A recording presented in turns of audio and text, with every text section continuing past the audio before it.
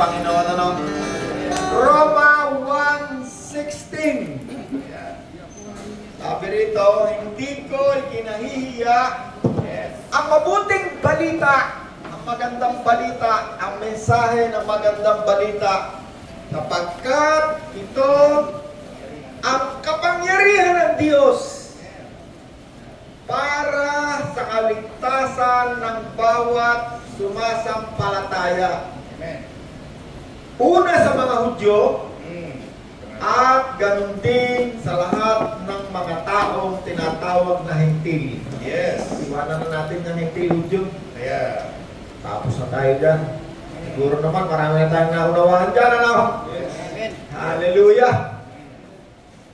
Sabi ni Apostol Pablo, minsan pinapalitan ko yung pangalan para kasi si Pablo, yung iba, hindi nakikilala Pinapalitan ko muna yan Minsan, palitan natin ng pangalan Cornelio. Kasi nakita ko si Pastor Cornelio, Pastor Obis. Sabi ni Pastor Cornelio, sabi ni Pablo, hindi ko ikinahihiya ang magandang balita, mabuting balita. Kaya nga 30 years na, hanggang ngayon, nagbabalita pa ako ng magandang balita 30 years na, tayo 30 plus na. Kaya doon, Pero pa, doon lang tayo dati, sa maliit na Coco Lumber na ganyan. Yung Coco Lumber, doon kami, sa gilid. Sabi ni Apostol Pablo, hindi ko ikinahihiya ang pangangaral ng mabuting balita. Bakit? Kasi sa pangangaral ng mabuting balita, ang tao diyan nakakarinig ng tungkol kay Kristo sa kaligtasan. Kapag ang tao ay nakarinig ng mabuting balita, ang magiging resulta niyan, siya ay sasampalataya kay Kristo. Kaya nga si tatay, narito ngayon No, tay, bakit ka narito ngayon? Sapagkat nakarinig ng mabuting balita tungkol kay Kristo. At nung siya ay makarinig ng mabuting balita tungkol kay Kristo, siya ay naging isang mananampalataya ni Kristo. Kaya ngayon si tatay, every Monday nandito. Diba, pangkaraniwan, yung biyanan, saka yung manugang, magkaaway yan. No, tayo, pangkaraniwan, sa iba, ako nadadat na ko yung tatay ko. Hanggang sa namatay, magkaaway. Ang tatay ko, saka yung lolo. Parang pangkaraniwan nyo sa iba, hindi parang karamihan ganun Hindi man magkaibigan, hindi magkaayos. Ano tayo? Salamat si tatay, nakakilala sa Panginoon. Sumampalataya kay Kristo. Kasi hindi lahat ng pananampalataya tama. Ang pinakatama lamang na magbibigay sa iyo ng kaligtasan, ang pananampalataya kay Kristo. Maraming uri ng pananampalataya sa mundong ito. Maraming uri ng paniniwala. Pero isa lamang ang tamang pananampalataya. Yung paniniwala mo sa ginawa ni Kristo sa krus ng Kalbaryo para sa iyo. Yun lamang ang pinakatamang pananampalataya. Marami sektang relihiyon, hindi ko sinasabi wala ako sa posisyon o hindi ako huwes para sabihin ko na mali yung sekta ni Cornelio, tama yung sekta ni napakaraming relihiyon hanggang kahit noong panahon ng Panginoon napakadami. Subalit ang kaligtasan lamang o ang kapangyarihan ng Diyos ay nakukuha lamang sa pamamagitan ng pakikinig ng mabuting balita tungkol kay Kristo. Pakikinig ng mabuting balita. Sapagkat, sabi ni Apostol Pablo, sapagkat ito ang kapangyarihan ng Diyos para sa kaligtasan ng bawat sumasampalataya. Ano yung kaligtasan? Number 1, sabi ni Juan the Baptist, tingnan ninyo ang tupa ng Diyos na siyang mag-aalis ng kasalanan ng inyong. Anong tatanggalin ni Kristo? Anong kapangyarihan ang gagawin sa atin kapag tayo nakarinig ng mabuting balita tungkol kay Kristo, tayo sumampalataya? Ang unang gagawin sa iyo ng Diyos, bibigyan ka ng kapangyarihan para ikaw ay makawala sa kasalanan na iyong ginagawa. Si tatay, dati, ano ginagawa mo dating kasalanan? Maraming kaloka. Isa lang, huwag marami. Isa lang. Ha? Huwag na yung ibang, alam naman na ng nanay lahat ng kalokohan mo. Yung isa lang, para example lang sa marami. Ha? Huwag na muna. Isa lang, yun lang muna. Sabi ng tatay, ano? Ayun, si tatay nang sabi nun, di ako ha. Katotohanan nyo, kasi yan ang sinabi ni tatay. Ano yung isang kasalanan? Ano yung kapangyarihan ng Diyos na ginawa sa iyo nung ikaw ay sumampalataya kay Kristo? Sabi ni tatay, yung lokohin ko asawa ko, ganun ang kabigat nun. Salamat na lang, pinatawad ka ng Panginoon at pinatawad ka rin ni nanay.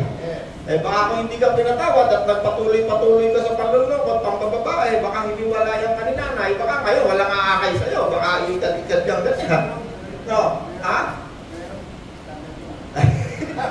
Ibig ko sabihin, kung patuloy kang nagloko-loko kay nanay, at si nanay ay hindi ka napatawad, baka pinabayaan ka na kung saan ka na ron. Baka naghiwalay kayo, ibig ko sabihin, kasi ganyan naman tayo. Kahit ako, lokohin ako ng asawa ko, baka hindi, palagay ko, hiwalayan ko. Pero salamat sa Panginoon. Kung ano yung ginagawa ni tatay ng araw, ginagawa ko rin. Hindi special yan. Walang special na kasalanan na si tatay lang gumagawa. Baka kung tanungin ko kayo lahat dito, nung wala si Kristo, baka ganoon din. Normal. Very normal ang kasalanan. Wala tayong malay na yung mga kasalanan na yan ang nagpapahirap sa atin bilang isang tao. Biro mo, awayin ka ng asawa mo dahil niloko mo asawa mo, napakahirap ang mag-aaway kayo ng mag-asawa. Ako, pag kami mag-asawa, nag-aaway, ako hindi makatulog. Yung totoo lang, pag nag-aaway kami niyan, sino sa inyo may asawa na taas ang kamay? Okay.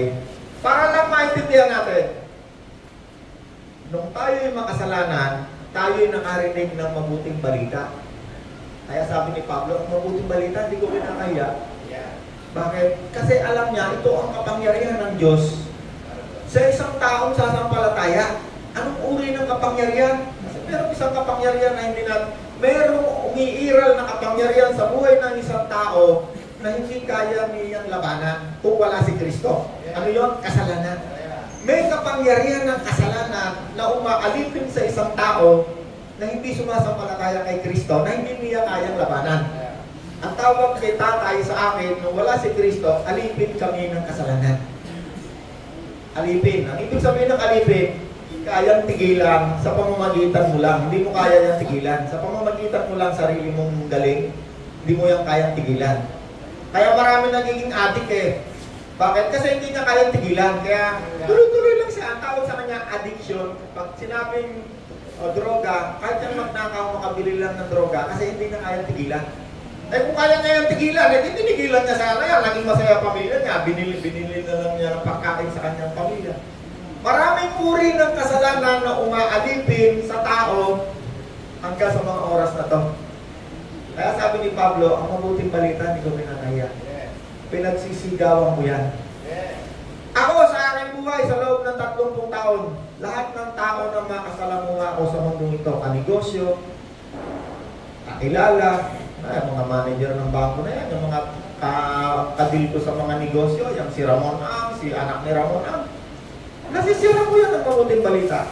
Nababahaginan ko yan. Yung amo ko sa Saudi Arabia, nasabahaginan ko ng mabuting balita. Buhay ko yan. Magbahagi ng mabuting balita. Bakit? Sapagkat andyan ang kapangyarihan ng Diyos. Kapag ang isang tao sumampalataya na niwala sa ginawa ni Kristo sa krus para sa kanya doon sa Kalbaryo, ang kapangyarihan ng Diyos ay iiral sa isang tao ito na sasampalataya. Kaya ngayon, dati ako naninigarilyo, dati ako nagbababae, dati ako nagnanakaw. Lahat ng kasalanan, hindi man lahat, ngayon ay natutupi-tupilas na lang. Kung sinabing ako yung anghel na, hindi na ako nagkakasala kasi habang nandito tayo sa mundong ito, pwede tayo magkasala. Hindi ko sinabing magkasala, pwede tayo magkasala kasi hindi pa ganap ang ating tagumpay. Kaya sabi ni Apostol Pablo, ang mabuting balita, hindi ko kinaiiyak. Sapagkat ito ang kapangyarihan. May kapangyarihan ng mabuting balita, no, Nanay Pachi. Kaya nga si Nanay Pachi, aga-aga napunta rito. Bakit natutuwa yan makinig ng mensahe mula sa Panginoon? Ang kanyang kaluluwa ay nasisiyahan kapag siya ay nakakarinig ng mga mensahe mula sa salita ng Diyos. Sapagkat ang salita ng Diyos, ito ang pagkain ng ating kaluluwa. Sabi ni Gideon, ano ba yung kaluluwa? Ano ba yung espiritu? Sa susunod, yun ang ating pag-uusapan. No? Pero mali, nadadaanan na natin dyan eh. Sabi ni Pablo, nawa ay gawing ganap na banal ng Diyos ang inyong buong pagkatao. Ano yung buong ng ating pagkatao? Tatlo. Katawang laman, katawang kaluluwa, at katawang espiritu. Okay. Hindi yan ang topic natin eh, pero padadaanan natin ng konti. Nung nilalang ng Diyos ang tao, doon sa unang-unang paglalang, sa Genesis, sabi ng Diyos, lalangan natin ng tao. Sabi ng Diyos. Noon nagsasalita lang siya kung lumalang ang Diyos, hindi siya naggaganyan-ganyan ng hindi siya lumalalang na kailangan, ay Nanay Pachi, tulungan mo ako, helper kita, yung paa, isaksak mo rin sa buto. Ay Gideon, yung buhok tuldok-tuldok mo yun dyan. Hindi ganun ang Diyos. Ang Diyos ay lumilikha sa pamamagitan lamang ng salita. Salita lang. Magkaroon ng liwanag! Wala kayo? Kaya marami din naniniwala sa Diyos eh. Kasi hindi kaya ipaliwanag. Ang Diyos kasi Diyos. Hindi kaya abutin ng isip ng tao. Kaya ang tawag sa Diyos kapag siya ay may ginagawa, misteryo. Maraming uri ng misteryo sa Bible. Isa na dyan yung misteryo ng paglikha. Misteryo ng kapanganakan ni Kristo, Birhen. Misteryo ng pagkabuhay ni Kristo, ay muling nabuhay. Misteryo ng paglakad ni Kristo sa tubig, kasi sa science, hindi pwedeng mangyari yan. Walang pwedeng magpapaliwanag yan. Hindi kaya ipaliwanag ng isip ng tao. Ang tawag ng mystery. Misteryo ng pagkasapi ng mga hentil sa kaligtasan. Misteryo. Maraming misteryo. Pero yung mga bagay na yan ay babasahin natin itong Pahayag 19:13. Basahin mo kayo sa Pahayag 19:13. Pahayag 19:13. Nasabi rito, basang-basa sa dugo ang kanyang kasuotan at ang tawag sa kanya ay salita ng Diyos. Hallelujah. Yeah. Meron pa? Sumusunod sa kanya ang hukbo ng langit na nakadamit na malinis at puting lino at nakasakay rin sa mga kabayong puti. Yun. Hallelujah. Okay. Ang isa sa pangalan ng Panginoon, according kay John the Revelator, nagkaroon siya ng pangitain at siya ay umakyat sa langit. Siyempre, yung umakyat sa langit, hindi naman yung katawan ni John Revelator, yung espiritu niya. Yeah. Yung espiritu, tsaka yung kaluluwa natin, laging magkasama. Kasi yung kaluluwa, bahagi yung pag-iisip, yung memorya mo, bahagi yan ng kaluluwa. Pangalan nito? Pangalan ko, paring Opet. Si paring Opet, katunayan na yan ay may kaluluwa. Pag yan ay hinama ko yung kanyang pagkatao, masasaktan yan. Yeah. Ang masasaktan yung kanyang kaluluwa, hindi pisikal. Kunwari, sinabi ko, kung nareklamo, Opet ha, ikaw na Opet ka, ikaw ay anak ka ng prostitute, ang nanay mo nagbebenta lamang ng aliw. Yeah. Ang salita ron diretso, yung minumura siya, boom! Ang ina mo'y puta na ito. Diba? Hindi ko siya sinaktan sa katawan, pero sasaktan yung kaluluwa mo kasi meron siyang pag-iisip, hinahamak ko siya. Ang nasasaktan sa iyo, yung iyong kaluluwa. Ito ng mga aso na to, yung aso ha. Walang yakang aso ka, asawahan ka ng asawahan, hindi ka ba nahiyang walang yaka? Pero hindi ba saktan yan? Bakit? Walang kaluluwa yan. Hindi ka ba nahiya dyan palabas-labas ng bedroom mo dyan? Ha? Papatayin ka, hindi ba saktan yan? Walang pag-iisip. Paano masasaktan yan? Kasi katawan lang yan, laman lang. Pag sipain mo yan, hindi pa malasaktan, no? Ayun. Laman lang yan, walang kaluluwa, walang espiritu. Okay? Kasi maraming tao din naniniwala siya may kaluluwa, may espiritu. Ang salita ng Diyos ay matalas. Yeah. Basahin nga natin yun. No? Basahin mo nga kayo, Rosay. Sabi nito sa prayer 12, ang salita ng Diyos ay buhay at mabisa, mas matalas kaysa sa alinmang tapat na sa makabilay may talim. Ito'y tumatagos maging sa ibuturan ng kaluluwa at espiritu ng mga kasukasuan at buto at nakakaalam ng mga iniisip at binabalak ng puso. Hallelujah. Ang salita ng Diyos, no? Number 1, doon sa kahayag, si Jesus, pinawag siya yung salita ng Diyos. Diba? Yun ang malinaw yun sa kahayag eh. Ang salita ng Diyos, hindi mo pwedeng debatihin. Kapag yan ay nagsalita ng diretso, hindi mo pwedeng debatihin yan. Ang pwede mo lamang debatihin yung mga theologian, yung mga... So, therefore, ang Diyos ay nagkatawang tao, naging, nang umalis siya, naging spirit. So, therefore, may tatlong Diyos. Yung mga therefore, pwede mo yan debatihin kasi therefore yan eh. Debatable. Pero ang salita ng Diyos, pag yan ay nagsalita ng diretso, hindi mo na pwedeng debatihin. Kasi hindi na kailangan ipaliwanag. Malinaw pa sa sikat ng araw. Ang isang tawag kay Kristo, salita ng Diyos. Doon sa Genesis, ang Diyos ay lumalalang sa pamamagitan lamang salita. Kaya sabi ni Kristo, ako ang Alpha, ako Omega, ako simula, ako wakas. So si Kristo, yung Bible natin na yan, kahit anong salin pa yan, walang magkabuhol dyan. Mula sa Genesis hanggang Revelation, yan na yung magkakaduktong. Magkakaduktong yan. Dinidetalye ng isang libro yung kabilang libro. So doon sa Revelation, pinakadulo ng Bible natin, sabi doon, ang tawag sa kanya, salita ng Diyos. Si Jesus ang tawag sa kanya, salita ng Diyos. Doon sa Genesis, kaya sinabi ni Jesus, ako ang Alpha. Ako simula, ako ang wakas, ako Omega. No, yan ang isang title ni Jesus. I am the Alpha and the Omega. Alpha, Omega. Jesus ang simula, siya rin ang wakas. Doon sa Genesis, sabi niya, Genesis 1 verse 1. Tignan mo, simula yun na. Genesis, ibig sabihin ng Genesis, ano ibig sabihin ng Genesis, Pastor Obis? Simula, di ba?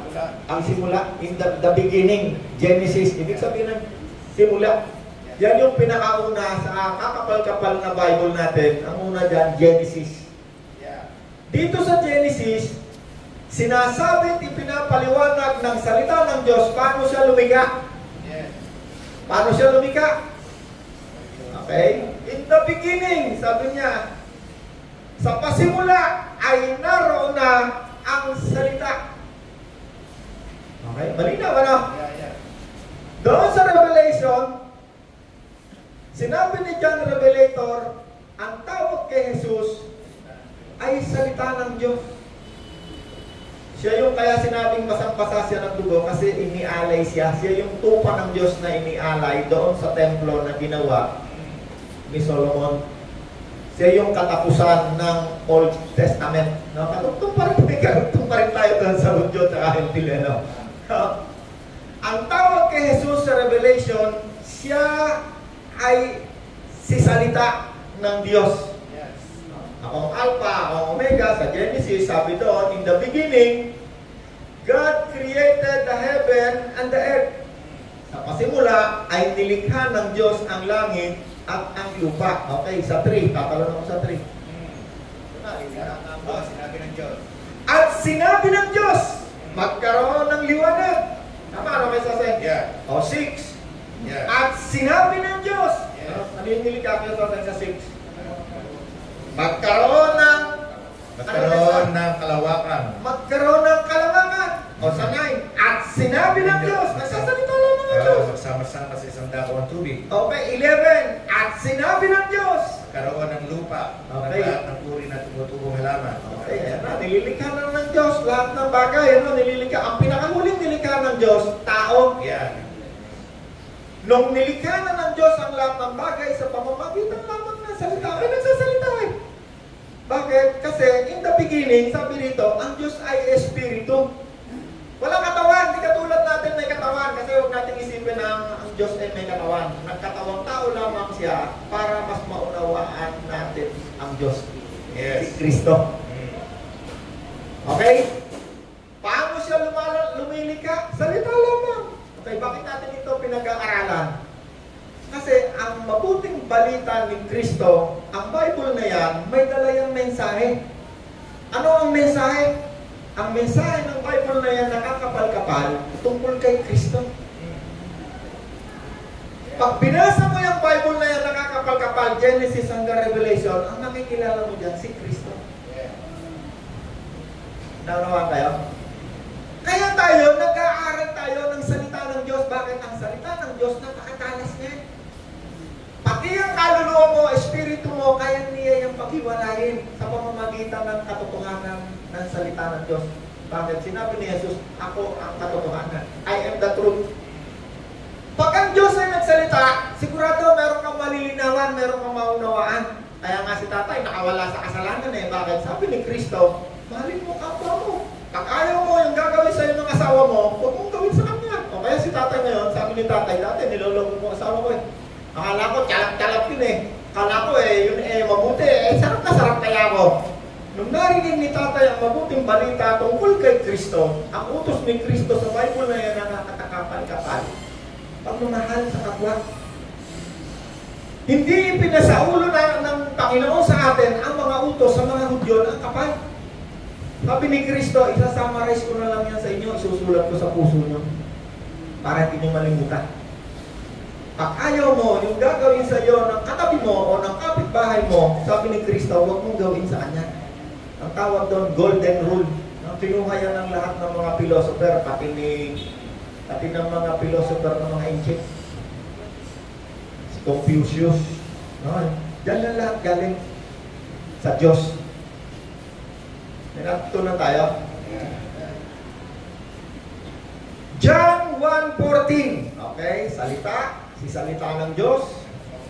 Lumikha, salita. John 1:14. John 1:14. Kuya Soseng. Naging tao ang salita at nanirahan sa piling namin. Nakita namin ang kaluwalhatiang tunay na kanya bilang kaisa-isang anak ng Ama. Siya ay puspos ng kagandahang loob at ng katotohanan.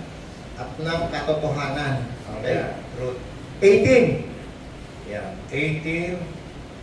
Kailan may wala pang taong nakakita sa Diyos, ngunit ang natatanging Diyos na pinakamamahal ng Ama ang nagpakilala sa Kanya.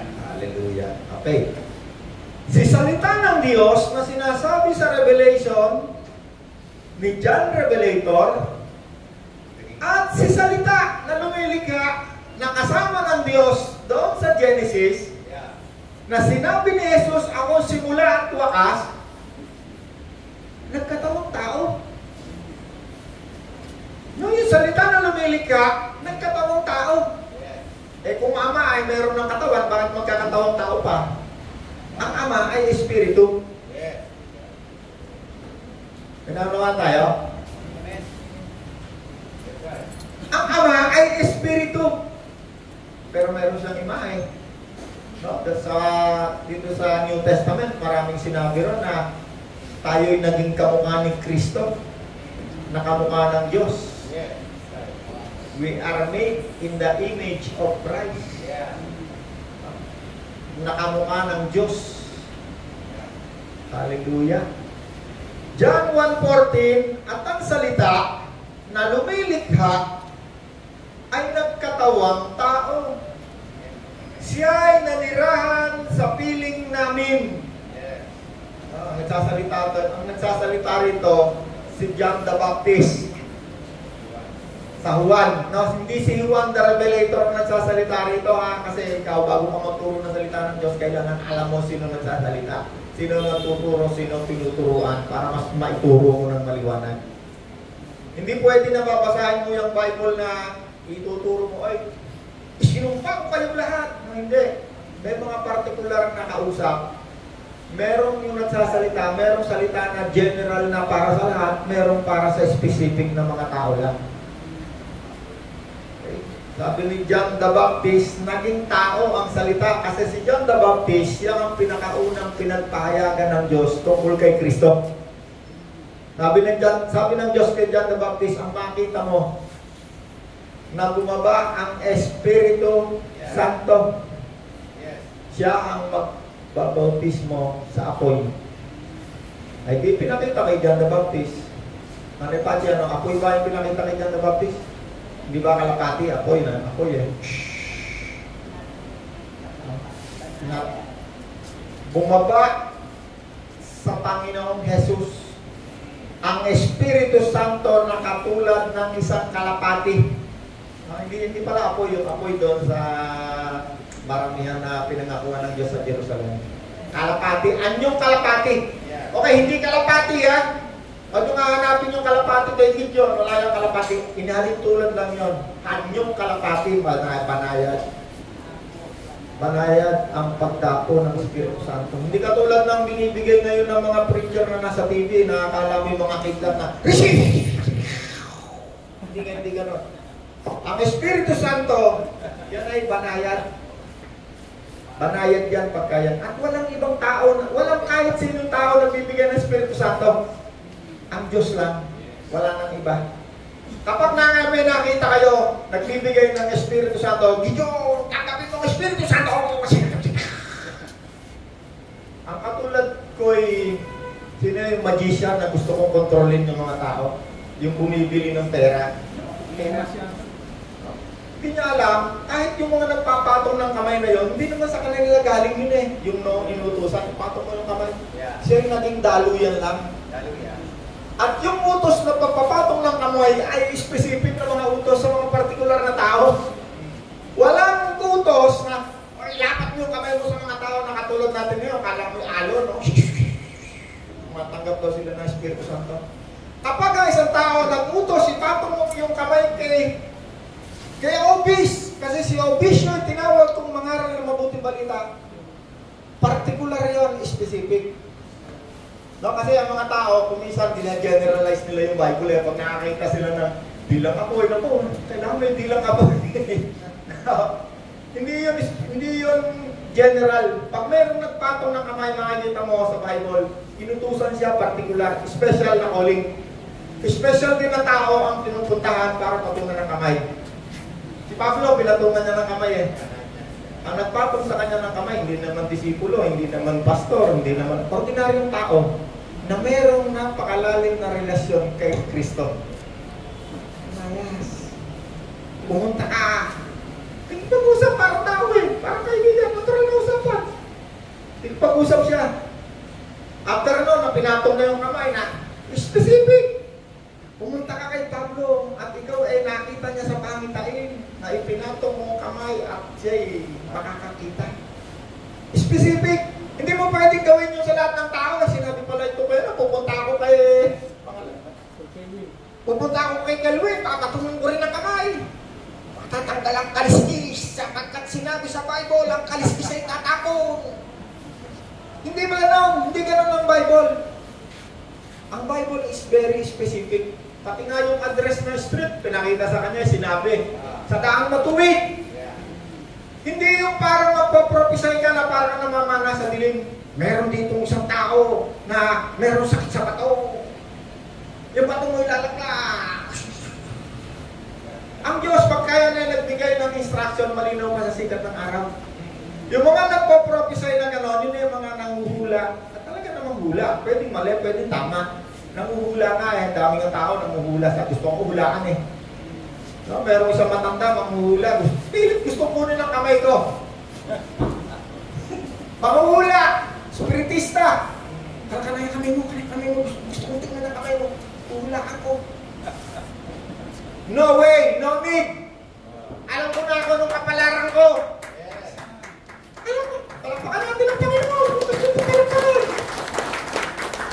Bakit ko kailangan magpahula sa iyo kung alam mo na kung anong kapalaran mo? Ang kapalaran ko ay kay Kristo. Ang namatay ako, pupunta ako sa langit. Habang nabubuhay ako sa lupa, ako'y magiging masaya, masagana. Bakit yun ang sinabi ni Kristo eh? Ang sumasampalataya ay makakalaya sa kasalanan, siya ay magiging masaya, siya ay magiging blessed. Ibig sabihin ng blessed, pagpapalain para ikaw maging masaya. Ay hindi naman yung bibigay sa akin ng Diyos, ibibigay rin sa'yo. Magkaiba tayo. Hindi mo pwedeng sabihin mo, Roland, ikaw ay milyonaryo, kailangan milyonaryo din ako. Eh baka hindi mo alam kung ano yung pinagdaanan ko bago ako maging milyonaryo. Kumisa, kulang na lang, sangla ko yung asawa at mga anak ko para ako yung mga pagnegosyo. Kumisa, may mga gabi na taon, hindi ako nakakatulog, yung tuhod ko, gabi-gabi yan, nakaluhod yan, Panginoon. Naku po, wala akong pambayad, tulungan ko po, wala akong masweldo. Uutang ako sa Bombay. Asa si Abilin? Abilin, nandyan? Utang ako sa Bombay, si Rod, alam ni Rod. Umutang ako sa Bombay, isasakla ka pa, masasakla ko, sinasakla ko. Wala kayong ideya dyan, di nyo alam yan eh. Pero minsan sinasabi ko, kung pagkalooban ka ng Diyos ng karunungan at talento sa pagninegosyo, gawin mo. Hindi lahat ng tao ginawa ng Diyos negosyante. Abay mo lahat negosyante, wala tayong manager, wala tayong driver ng truck, wala tayong magbubuhat ng ano. Hindi rin naman ginawa ng Diyos lahat pastor. Okay, kung pastor lahat, sino nakikinig? Marunong ang Diyos. Alam ng Diyos kung anong ibibigay sa bawat isa. Alam ba ng Diyos? Real talk lang. Real talk. Ay, ibig sabihin na real talk, yan ay makatotohanan. Hindi yung preaching na, hiyayaman kayo lahat. Hey, kayo ipipilas ni Lord. Tingnan niyo yung bangko niyo, magkakaroon ng pera. Pero bago kayo magkapera, bigay muna sa akin yung pera niyo. Budol ang tawag doon. Budol. Marami ng budulista ngayon. Ang mga budulista ngayon, nandiyan na sa ibabaw ng ano, nandiyan sa likod ng pulpito, nandiyan. Yan ang ginagamit nila pambudol sa mga tao. Kaya napakarami ngayon mga preacher, super yayaman, may mga aeroplano, may mga stadium. No, nabalitaan ninyo si Kibuloy. Wala naman trabaho yan. Abay, yaman, may sariling aeroplano, may helicopter. Ay, tingnan nyo yung mga miyembro niya, nabubudol niya, may mga pati mga anak, pinagtitinda ng yelma sa kalye. Kanya lahat ang tuloy-tuloy ng pera. Hindi ko sinisira si Kibuloy, totoo lang sinasabi ko sa inyo, alam nyo lahat yan. Napakarami na ngayong nambubudol. Kapag yung mga nambubudol, sasabihin nyo, yayaman kayo. Yayaman. Pero yung 10% sweldo nyo, bigay nyo sa akin, kung hindi, puta kayo ng impyerno. Katakot. Katakot naman talaga. Eh, ba't ako hindi ako naniniwala dyan yung mama na ko? Lalo ako nagbigay sa simbahan, lalo akong pinagpala, lalo ako naging masaya. Parang baka natin ang Panginoon. Nakuro lang, maghihirap ang buhay mo kasi kinukontra mo yung turo ng mga... Sabi ko naman, sige, pag ikaw ang naghihirap, ibig sabihin ikaw mali. Call? Call! Ako wala pang sambuan na ito. Tama lang tinuturo mo sa mga tao. Maraming chumaling dyan. No? Ito ay... Alam niyo ang salita ng Diyos, sabi ni Kristo, ako ang totoo, ako ang katotohanan. At ako ang katotohanan, ako ang magpapalaya sa inyo, sabi ni Kristo. Marami tayong minsan na kukuha, na itatanim sa ating kaluluwa. No, yung mga turo na yan sa Bible, pag yan ay pinilipit, alam niyo ang salita ng Diyos, sabi ni Kristo, ako ang tunay na pagkain. Ako ang tinapay ng buhay. Basahin nga natin yun. Tinapay ng buhay. Ako ang tinapay. 6:35. Mateo 6. John 6:35. John 6:35. Yeah. Teka muna, bago yan, Mateo 4:4. Hindi lamang sa pagkain na bubuhay ang tao, kundi sa bawat salita na nagmumula sa bibig ng Diyos. John 6:35, yun sa inyo. Sabi dito, ako ang tinapay ng tao. Basahin muna natin ang tinapay. Sinabi ni Jesus, ako ang tinapay ng buhay, ang lumalapit sa akin ay hindi na magugutom kailanman, at ang sumasampalataya sa akin ay hindi na mauuhaw kailanman. Hallelujah, hallelujah. Okay, sa 55. Ang ating katawan, John 6:55. Tuloy-tuloy lang sa 55. Sapagkat ang aking laman ay tunay na pagkain at ang aking dugo ay tunay na inumin. 56. Ang kumakain ng aking laman at uminom ng aking dugo ay nananatili sa akin at ako naman sa kanya. Yan. Hallelujah. Sabi ni Jesus, ako ang tunay na pagkain. Kaya nga sinabi, ang pagkain ng ating kaluluwa ay salita ng Diyos. Salita ng Diyos. Ay, ibig sabihin, kaluluwa, bahagi, pag-iisip, pag wala ang salita ng Diyos, hindi mo alam ang salita ng Diyos. Hindi si Jesus ang nagpapakain sa iyo. Hindi si Jesus ang nagpapastol sa iyo. Kaya tawag kay Jesus, alam niyo kung anong isang tawag kay Jesus? Si Jesus ang aking pastol. Aking mabuting pastol. Ano ibig sabihin ng pastol? Nagpapakain. Sabi ng Diyos, dadalahin kita sa isang matabang pastulan. Si Jesus ang mabuti nating pastol. Tignan niyo anong ginagawa natin ngayon. Nag-aaral tayo ng salita ng Diyos. Sinong nakikilala natin? Si Jesus! Si Jesus ang nakikilala natin kasi kung hindi mo kilala si Jesus, hindi mo siya tatawagin Panginoon, hindi mo siya igagalang. Yes. Pag magsasabong ka, nasan ba dyan si Jesus? Yung Kristo. Kailangan ko ng Kristo! Kasi hindi mo kilala si Jesus. Pag ang Panginoon kilala mo, ni ang banggitin mo yung pangalan niya sa walang kapararangang bagay, hindi mo mababanggit. Para yung katulad ng pangalan ng tatay mo. No? Tatay ni Kuya Edwin, si Tatay Obed. Tawag ko siya, Tatay Obed, bakit may respeto? Bakit? Yan ako. Hindi ko pwede sa, yes, sir, Roberto na yan. Hindi, kasi kawalan ng galang yun. Bakit? Yan ako. Lalo pa kaya si Kristo. Sabi ni Jesus, ibinigay na sa akin ng lahat ng kapangyarihan sa langit at dito sa lupa.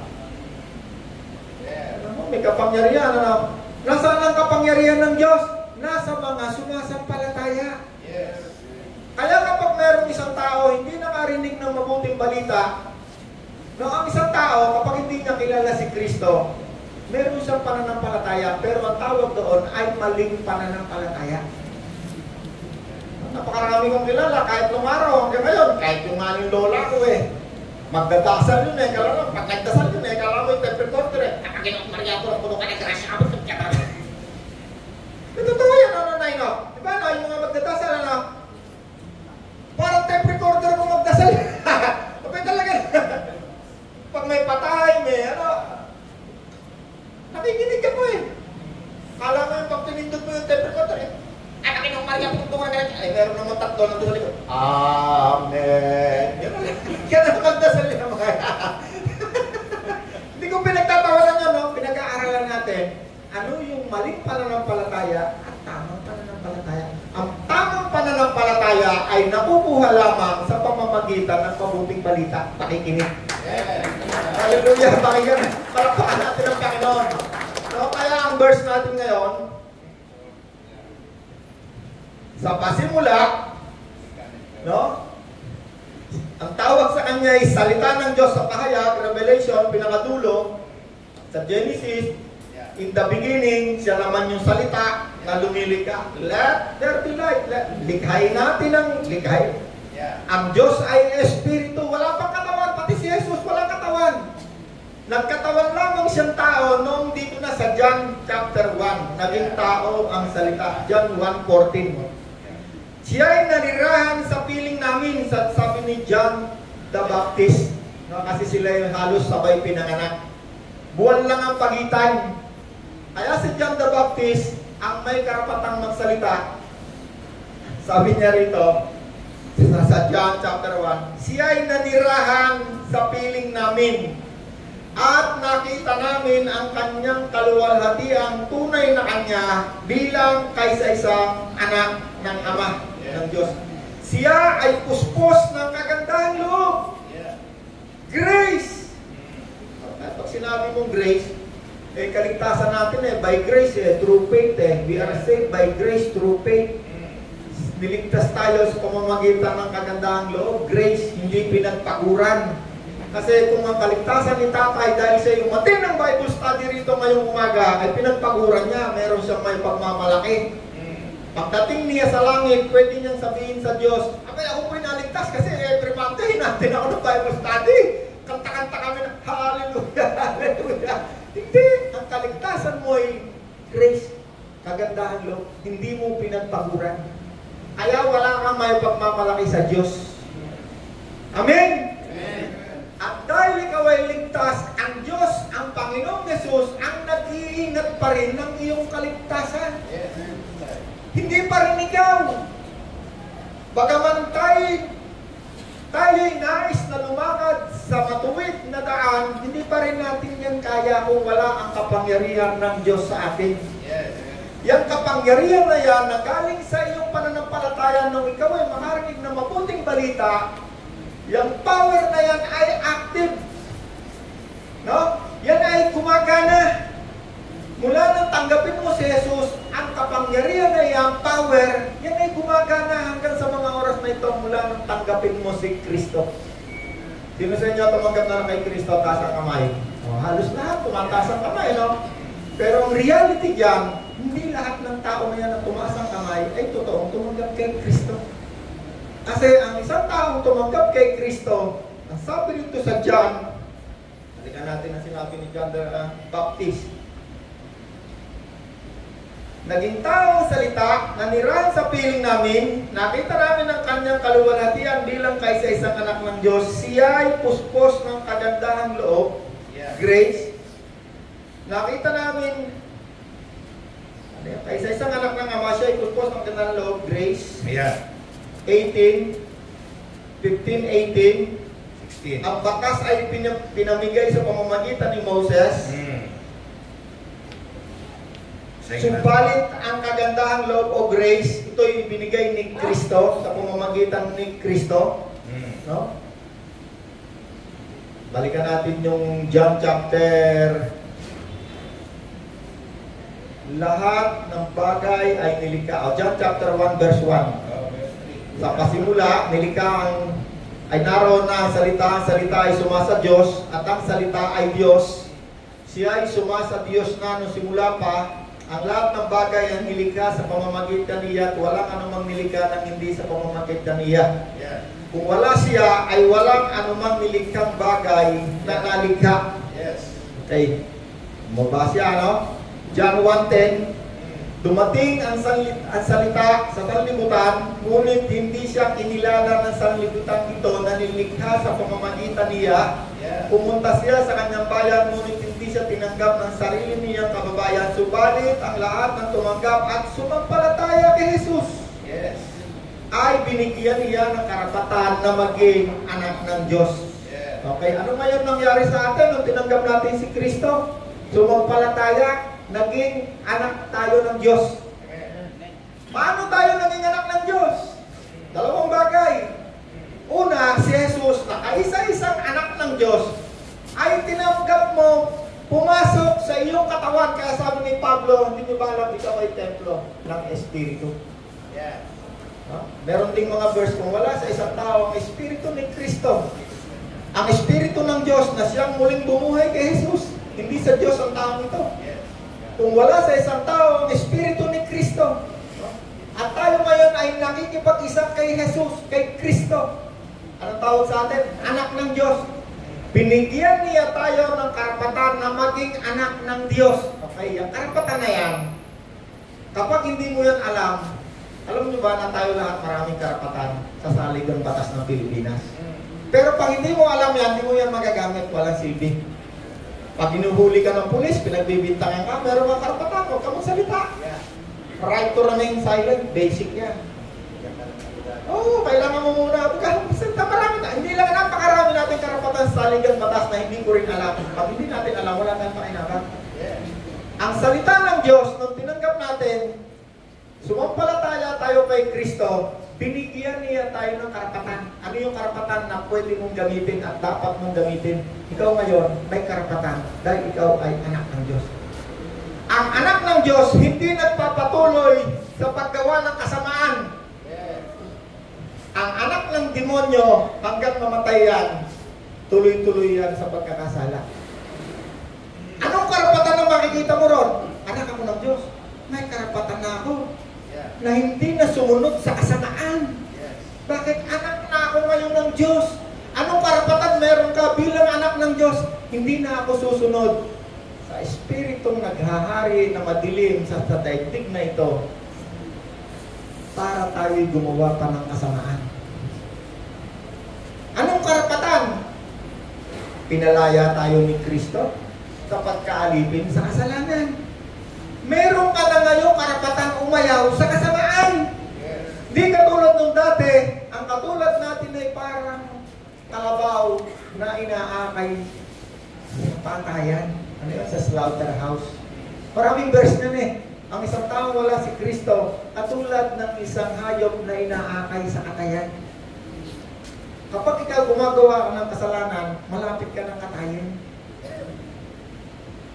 Ano ibig sabihin niya? Yung katayan, hindi literal na pagkatay, kundi yung buhay mo, magkakayundang-yundang. Kasi tatay, muntik na magkayundang-yundang ang buhay, ano tay? Salamat sa Panginoon, nandito ako ngayon sa piling ni nanay, piling ni tatay. Kung nagkayundang-yundang ang buhay mo, may babae ka rito, may babae ka ron, pagtanda mo, maugod-ugod ka na, baka wala nang umakay sa'yo, kasi wala nang makukuha sa'yo. Baka siya, lumayas ka rito, baka na, sa kalsada ngayon yan, baka hindi natanggapin ni nanay, tama na yun. Salamat sa Panginoon. Yes. Bago nahuli ang lahat, bago napunta sa katayan, nakakilala kay Kristo. Ay di hindi nakatay, ngayon masayang buhay. Masayang buhay! Lagi magandang damit, magandang sinelas, may pamada pa. Paano ka napakabuti ng Panginoon na tayo? Okay na ko, kung hindi ako inabot ng Panginoon, baka nandun ako sa katayan, baka ako na next na ako. Next na ako, kakatayan ako na susunod. Salamat sa Panginoon, naawa sa akin. Nakalaya ako sa kasalanan. Yes. May natutunan tayo. Yes. Hallelujah. May natututunan tayo, no?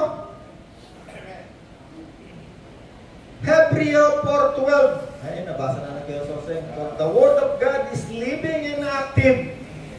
Ang salita ng Diyos ay buhay. At ito'y gumagana. Ang salita ng Diyos ay pagkain. Subukan mo, huwag mong pakainin yung katawan mo. Subukan mo na, hindi ka kumain ng umaga, tanghali, hapon. Di ba? Pero na, ginawa mo na ba yun na hindi ka kumain? Hindi, ano? Okay. Alam niyo, ang isa sa pinakamatalik, pinakamahigpit, pinakamatinding kaaway ng iyong sarili, yan iyong katawan. Pag mayroong gusto yan, hindi mo mapipigil yan. Katulad yan ng pagkain. Kaya mayroong sinasabi si Apostol Pablo minsan, disiplinahin mo yung iyong katawan, hindi pinapakain. Ako naranasan ko yan, ginagawa ko yan malimit. 3 araw hindi ako nakain. Bakit? Yung katawan na yan, kailangan ang masusunod, hindi ang katawan. Kailangan ang masusunod ang espiritu at kaluluwa na kasama ng espiritu ni Kristo.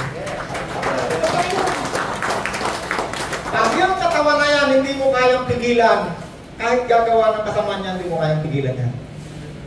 Ang masama dapat nahuli ka doon sa ginawa mong kasama. Lahat ng ginawa ni tatay nagawa ko, isa lang hindi ko nagawa. Muntik ko nagawin. Dami nang nakapila. Meron nang nakapila sa akin yung pagpatay ng tao. Pero nagbayad si tatay, no?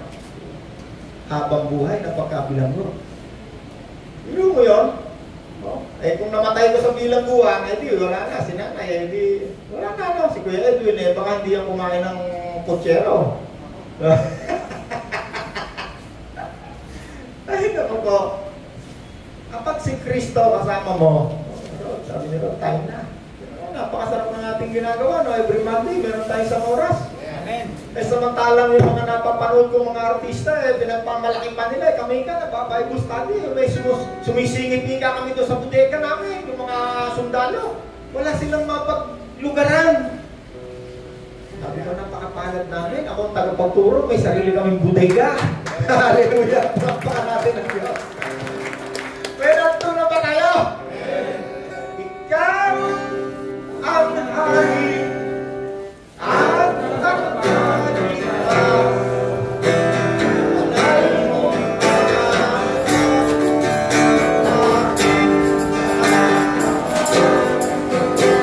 Panginoong Jesus. O Diyos na mabuti, pagpalain mo ko ang mga tao sumasamba sa iyo ngayon. Naghahangap, nag-aalay sa iyong dakilang kapangyarihan. Gamitin mo po ang mga salapin ito upang gumawa na mabuti sa kapwa. Salamat po, Ama, sa pangalan ni Jesus, na aming Panginoon. Amen, amen, amen.